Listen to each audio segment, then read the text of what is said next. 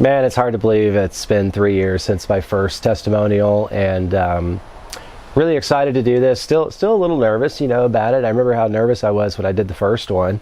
But just like the first one, I want to be as down to earth for you guys and vulnerable as I can. There's been a lot of change that's happened over the last 3 years. Strongly suggest, if you guys are curious, go back and watch that first Stories of Transformation. We'll provide a link here in this video to do that. But just a quick recap, it was about 4 years ago that I hit my rock bottom. And at that time, I was drinking a lot of alcohol, just not very happy, not feeling very fulfilled in life. There was, relationship things going on in my life. And now looking back, I can 100% say that was a beautiful thing, right? But when I was in it, it was hard to say that. So that's, I guess you could say, one of the big things that's happened in my life is that I'm able to reflect on the so-called traumas of the past with gratitude. Would I want to go through them again? No. But I'm able to look at them with love and grace and understand that it helped me get to where I am today. Very pleased to report that I have been completely sober, no desire even to drink alcohol for, goodness, a year and a half now.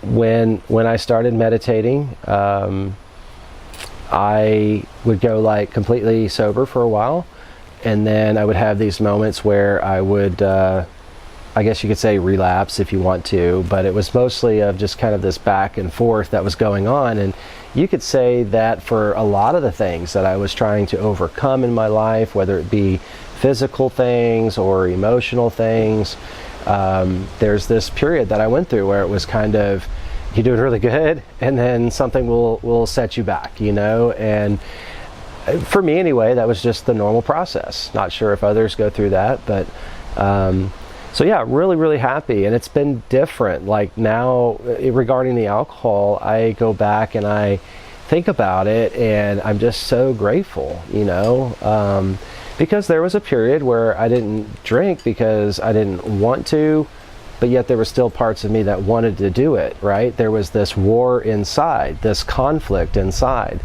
And now it's just 100% congruency that that's not me anymore. And you could say the same things about other things in my life, right? That to use an overly used cliche, we just grow up, right? We get to a point in our life when that style of shirt or style of clothing just doesn't suit us anymore. And what do? We take it out of the closet, we get rid of it, and we don't ever look back. And so that was probably part of my journey, was really understanding that this is the moment where I'm growing up. I'm getting rid of that. I've been to 22 meditation retreats. Those of you who are familiar with Dr. Joe Dispenza have been to 22 of those. I think it's been about five of those 22 I was actually volunteering, which was huge. I made the transition into service to others using volunteering as the modality to do so about 2 years ago. And I can still remember the first time I volunteered, how big of a challenge that was for me, right? There was still a lot of overcoming inside of me in order to be of service to other people. But I do recall even that first volunteer experience, how gratifying and fulfilled I felt. And it was a huge realization for me that is my path forward. And I'm still unveiling that path forward for me, right? That oh, okay, what does being of service to others really mean? And it was really just a few weeks ago that I realized that, between utilizing astrological charts to birth charts to meditation downloads that I've received to anecdotal evidence of how I feel when I'm doing things in my life, I've been starting to really develop this plan for my life moving forward. What is the true purpose of my life? Where do I find the most fulfillment in my life? Because at some point we all reach a a stage in our life where the things we used to find gratification in are not gratifying anymore. And that was me several years ago. And it's been this process of evaluation for myself. And so just a few weeks ago, it became very clear that anything I do must have the mission of helping humanity in some way, shape, or form. And I know that sounds cliche or trite, but that's me. And I really don't care what other people think, right? Because I know how that makes me feel. And what's so cool is if you go back and watch that video from 3 years ago, the level of congruency that I have inside myself right now to even sit here before the public viewing and say these things without any real care, you know? I mean, I actually get kind of emotional because that used to be a huge burden for me.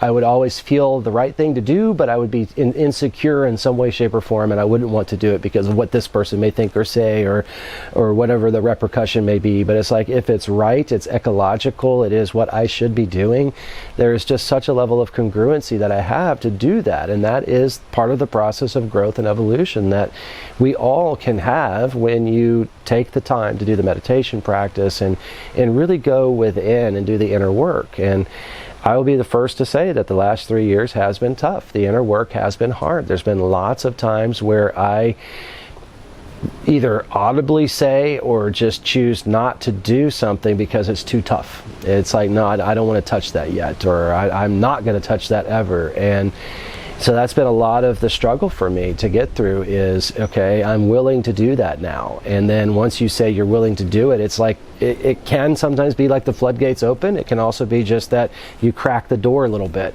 And when that happens, the universe responds, right? New teachers will be presented to you. New understandings of old material you've already read become apparent to you. And new understandings, new revelations, new downloads when you meditate. And of course, when all that happens, there's a recalibration that I had to go through of, okay, this is you have the ego, you have the conscious, you have the unconscious mind, and all these things are working to create a stable, secure, comfortable world for you and keep you alive, right, ultimately. And so when you upset that apple cart, another cliche, but you understand what I'm trying to say, when you upset that by adding in all this new information that then you have to recalibrate, it can create a little bit of disarray. And it did for me. It created a lot of disarray in my life. And it can that disarray presented itself in some periods of lack of motivation, even maybe light depression. It presented itself in, retracting, meaning I'm going back to old ways. Why? Because that was where the comfort was. I'm in too much of an uncomfortable place. I need to go back to where there's something something that I was able to be comfortable and perform in. It created, just some periods of like confusion, if you will, or just like mild psychosis where you're just like, I don't know what's going on, and you have to kind of recalibrate. And so thankful that I'm here on this side of all of that. Something really cool is I'm always been on the science side of things, given my career and things and just my own direction of life. I love science, and science is able to prove so many things to myself and to others. And so I embarked on my own personal science experiment with bioregeneration, and I'm still huge on this. And so for the last 3 years, I have been taking about once every year, I've done 3 total telomere tests. For those who are unfamiliar, the telomere is a part on your DNA strand that ultimately shortens every time the cell dies and regenerates, right? So telomeres are one of the ways to tell how fast you're aging relative to your calendar age. And so I've been taking this test to see, because I held the belief, still do, that you can lengthen those telomeres, meaning get younger as you get older through meditation. And would you not believe, I have successfully done that. My last telomere test, which was I'd say about 9 months ago, revealed over 15% regrowth in my telomeres, which is scientifically impossible. I've done a lot of research now as this stuff is proving to be possible, and telomeres, not only is it improbable to keep them from shortening, it's impossible to get them to grow longer, right, with current held science belief. And so as I go into this new journey of mine to explore the ability of our bodies to bioregenerate through quantum healing, through meditation practice, I'm proving this to be true with my science. So that's something else I've been doing in the last 3 years. I'm actually aggressively moving into other spiritual modalities. I've been learning ancient Hawaiian spirituality, which is called Huna. That has been just awesome, mind-blowing for myself to continue to grow and evolve and expand this understanding of what is truly possible. Neuro-linguistic programming has been a huge benefit for me in a more mechanical way of understanding how our conscious and our unconscious mind works and how those two minds work to create our reality. I mean, it's all so synergistic when you start peeling away these different layers of these different modalities, and you start to see there's so much overlap and congruency between all of the different modalities. And now I'm moving in the direction of service to others in that arena as well. And I'm currently in a coaching program, learning how to work one-on-one with people to guide them through their journeys, whether it be spiritual or physical.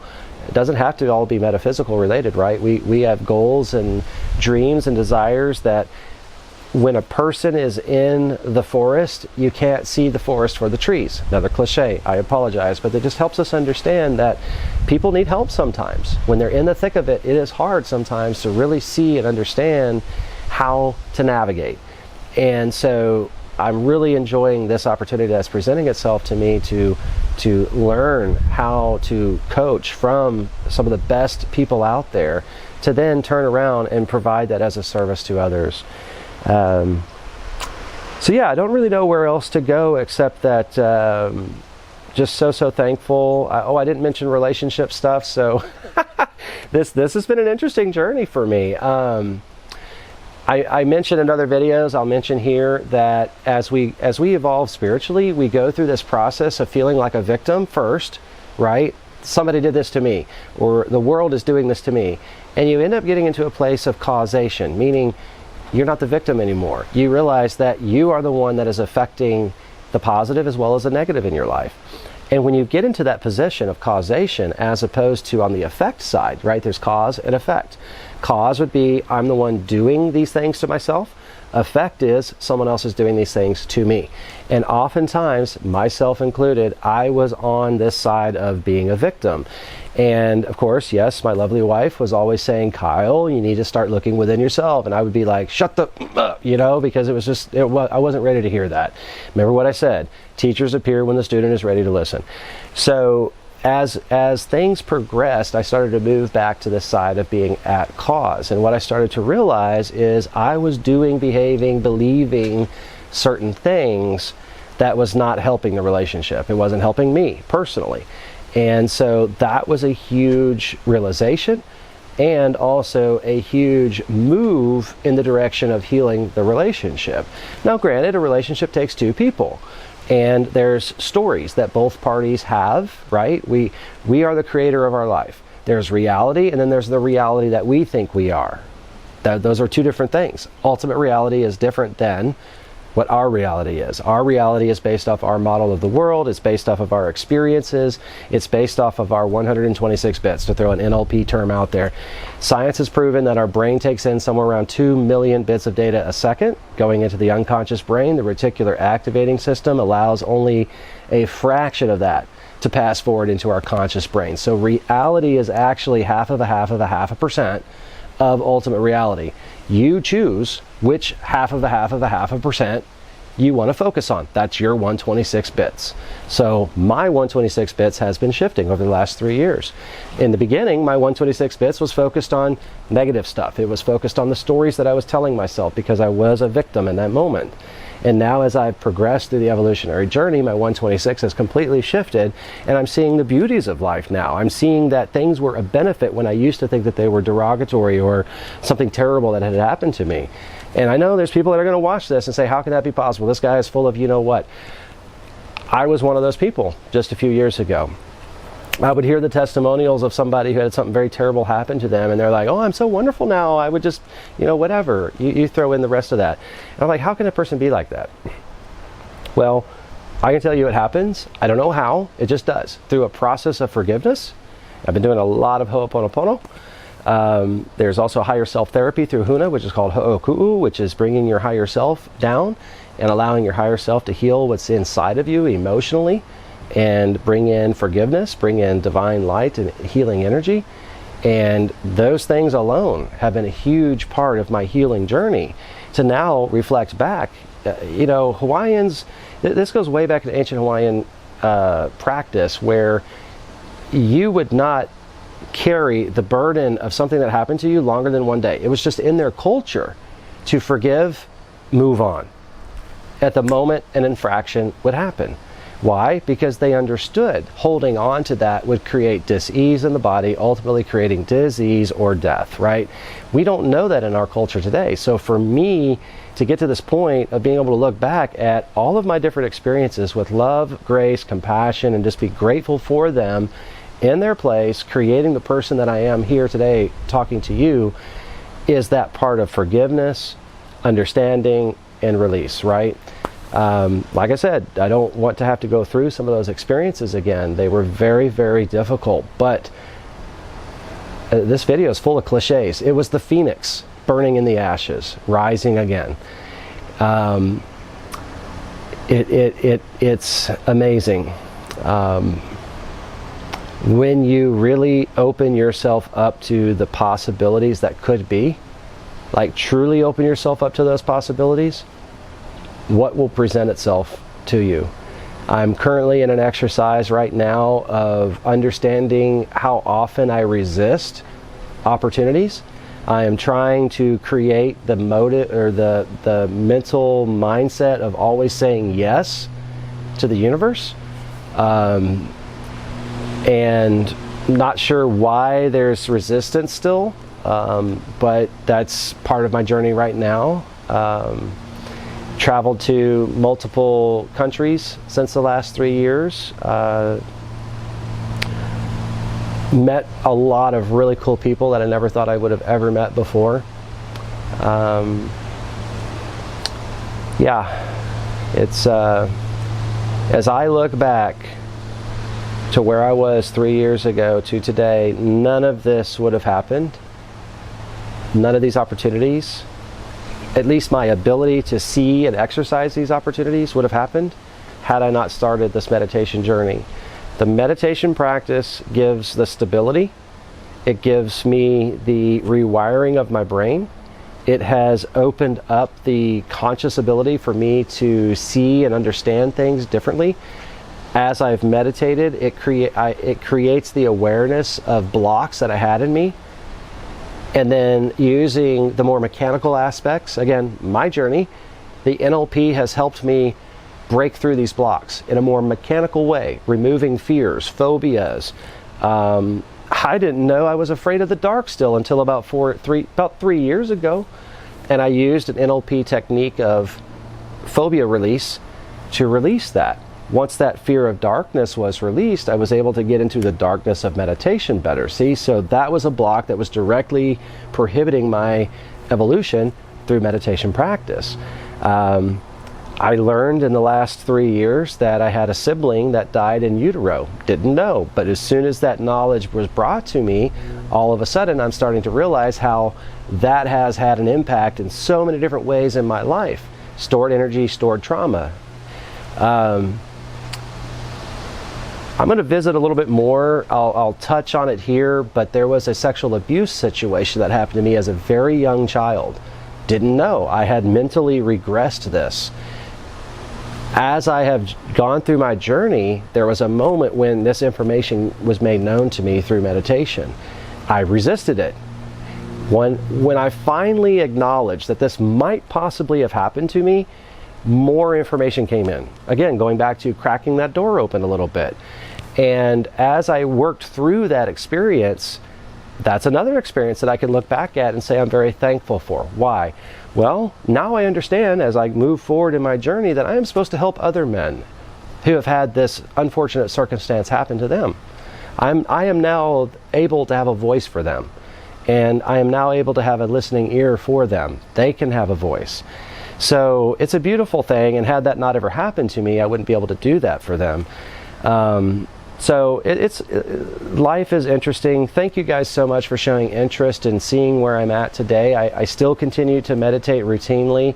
I gravitate from doing, long meditations every day to doing more of the Hawaiian spirituality with the Ho'oponopono practice and the Ho'oku'u practice. Connecting with nature, I have a pretty aggressive daily practice of trying to at least sit with myself every day and connect with nature, try to understand. I ask lots of questions of myself. My wife will sometimes say I think too much, but it's just my way of trying to process the reality that's in front of me and to try to ever improve. And something that I think is really cool that I would highly suggest you guys practice as well is just start asking questions, and see what answers. Be open to the answers that come when you start asking whatever questions it is that you're curious about. Also, create your own personal avatar. That is something that I have done, and I have found it very powerful, is when you sit down and you think about who do you want to be, right? We are human beings, meaning we're having a human experience and we're going to be something. Well, if you never put it on paper, you never plan out what you want to be, then you're just kind of at the whims of what happens. So I have sat down and I created a very in-depth avatar of what I want to become, in a 10-year period, who am I going to be? And then based off of that, I'm able to create what's called an aim. An aim is a direction, it's your North Star. How am I going to get to being that avatar? And then of course there's an end goal. So I created those three things, and it's something that we're also learning how to educate others in our coaching program on. But at the end, you want direction in your life. So I would highly recommend that you guys practice that as well and reflect on that. Once you create it as a living document, you can modify it as you go through your process, but reflect back on that and keep that moving forward in your meditation practice, in your manifestations, and just in your daily thinking. But anyway, much love to all of you guys, and we are so excited to get some new content coming out. We'll look forward to seeing you here in the next video. Bye.